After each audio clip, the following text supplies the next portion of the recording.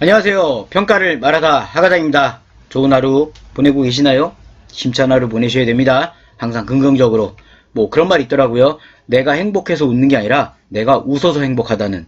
읽었는데 이게 화장실에서 볼일 보고 있는데 벽에 붙어 있더라고요. 근데 읽어보니까 굉장히 좋은 말 같더라고요.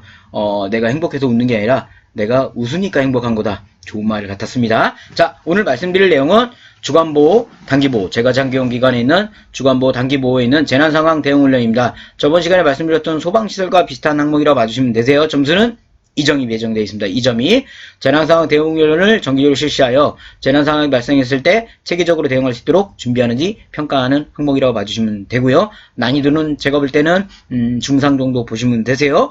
지금은 기본편 설명이기 때문에 매뉴얼에 있는 것만 말씀드리고 자세한 설명과 샘플 서식 작성 방법은 응용편에서 말씀드리도록 하겠습니다. 자, 평가 기준 보겠습니다. 뭔가 좀 말투가 바뀌었나요? 이상한가? 바꿀까? 그렇겠죠?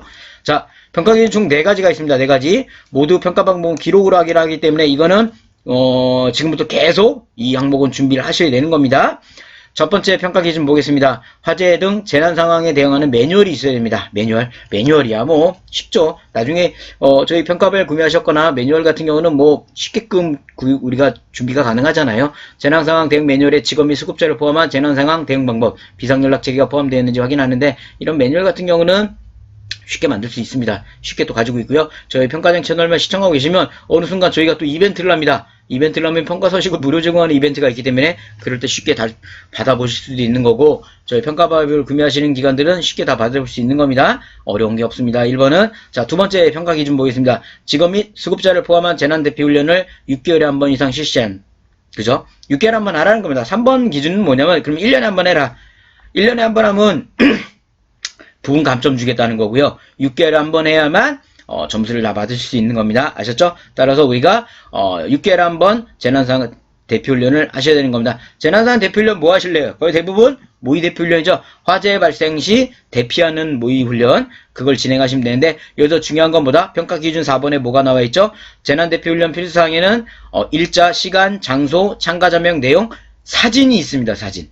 재난상황 대응훈련은 말 그대로 화재 시, 지진 시, 어떤 전쟁 시 이때 대피훈련인 겁니다. 대피훈련. 따라서 반드시 사진은 어르신들의 예를 들어 어르신이 이렇게 일렬로 대피해가면서 이렇게 화재면은 얼굴을 이렇게 가리면서 이동해야겠죠? 그런 사진을 붙여줘야 되는 겁니다. 근데 같은 기관 가면은 테이블 위에 소화기 이렇게 하나 분말 소화기 올려놓고 찍은 사진 붙이는데 그거는 재난상황훈련이 아니에요. 소방시설이에요. 소방시설. 그러니까 반드시 여기 항목에서는 사진을 주의하시라는 겁니다. 사진. 그리고 재난대피훈련하고 소방은 다른 겁니다. 소방시설에 있는 소방교육은 말 그대로 분말기 소화기 작동법, 투척용 소화기 작동법 이런 거예요. 이런 거고 교육인 거예요. 거기는 재난 상황은 훈련인 겁니다. 따라서 헷갈리지 않으시고 우리가 좀 오해 안 받으실 거면 재난 상황 대피훈련에서는 그냥 대피훈련에 대한 사진을 붙여주시는 게 좋으세요. 채점 기준에도 보시면 여기 나와 있잖아요. 1번은 무조건 즉 매뉴얼이 있어야 되는 거예요. 이건 쉽죠? 매뉴얼은. 그 다음에 2번 즉 6개월에 한 번 해야 되고 4번 일자, 시간, 장소, 참가자명, 내용, 사진이 다 있으면 점수를 모두 받으시는 거예요. 아셨죠? 따라서 6개월에 한 번 진행하셔야 되는 겁니다. 자, 확인 방법도 보시면 교육은 재난대피훈련으로 인정하지 않으면 직원과 수급자 참석하여야지 그죠? 재난상대 훈련이잖아요. 교육이 아니라는 거예요. 따라서 직원과 수급자가 모두 다 같이 우리 어르신들이 일렬로 안전하게 이동하면서 옆에 직원들이 그거를 보조하면서 이동하는 형태의 사진. 그게 좋겠죠?